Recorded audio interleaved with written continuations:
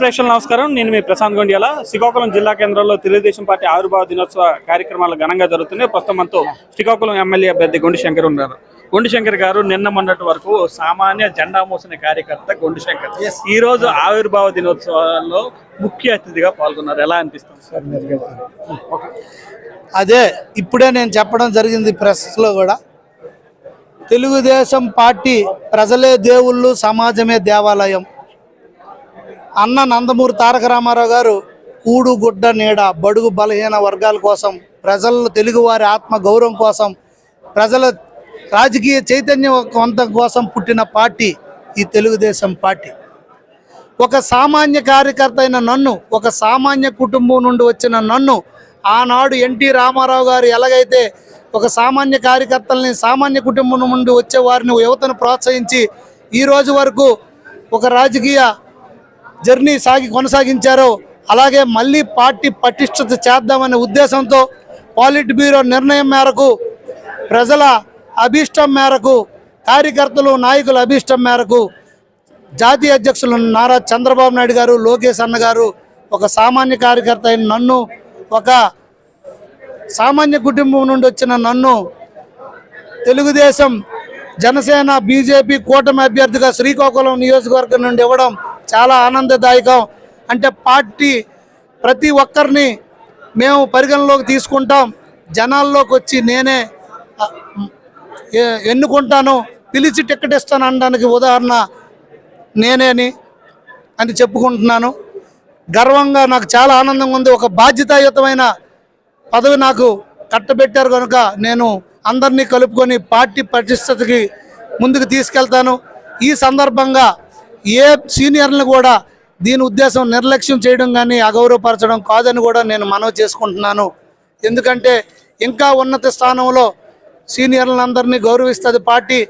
కార్యకర్త ఒక కార్యకర్తగా నా రిపోర్టే అక్కడికి వెళ్ళిందంటే ప్రతి కార్యకర్త రిపోర్టు కూడా చంద్రబాబు నాయుడు గారి దగ్గర, లోకేష్ అన్న గారి దగ్గర కూడా ఉందని కూడా నా యొక్క పూర్తి ప్రగాఢ విశ్వాసం, నమ్మకం కనుక రేపు రాబోయే ప్రభుత్వంలో ఈ కూటమిలో ప్రతి ఒక్క కార్యకర్తకి, నాయకులకి, సీనియర్లకి అందరికి కూడా సమన్యాయం జరిగి ప్రోత్సహించి వారికి వారి స్థానాలు కట్టబెడతారు.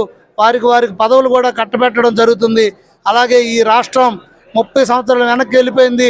మళ్ళీ దాని పురోభివృద్ధి కోసం కూడా ముందుకెళ్ళి సంక్షేమం, అభివృద్ధి కార్యక్రమాలతో ముందుకు వెళ్తామని కూడా నేను తెలియజేసుకుంటూ, మొత్తానికి సామాన్య కార్యకర్త శ్రమను గుర్తించింది, టికెట్ కేటాయించింది, తెదేపాదిష్టం ప్రజల్లోకి వెళ్తున్నారు. గడిచిన 5 రోజులుగా స్పందన ఏ విధంగా ఉంది?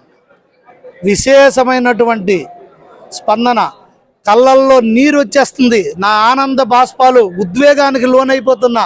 ఈరోజు కల్లేపల్లి వెళ్తే వేలాది మంది, నిన్న బలగలో దాదాపు 1000 మంది, ఎక్కడికి వెళ్ళినా వందలాది మంది. బ్రహ్మరథం, మా ఊర్లో డ్రైన్లు లేవు, మా ఊర్లో రోడ్లు లేవని గూడెం పంచాయతీ రామనర్సిపేట వెళ్ళాను.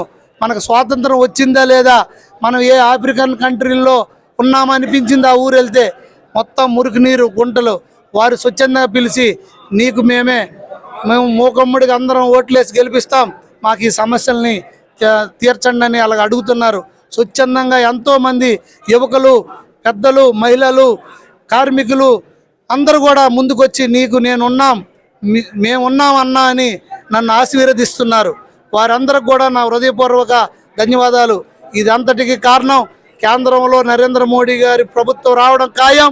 ఈ రాష్ట్రంలో చంద్రన్న నేతృత్వంలో ఎన్డీఏ కూటమి రావడం ఖాయమని ప్రజలందరూ కూడా ఒక నిర్ణయానికి వచ్చేసారు. శంకర్ ఈ విధంగా చెప్తున్నారు. జిల్లాలోని వైసీపీ నేత ఈ అభ్యర్థులతో మాకు విజయాన్ని మరింత సులువు చేశారని ఓ సీనియర్ వైసీపీ నేత వ్యాఖ్యానిస్తున్నారు. ఈ వైసీపీ ప్రభుత్వాన్ని బొందపెట్టి బంగాళాఖాతంలో కలపడానికి ప్రజలు ఎప్పుడో నిర్ణయించుకున్నారు.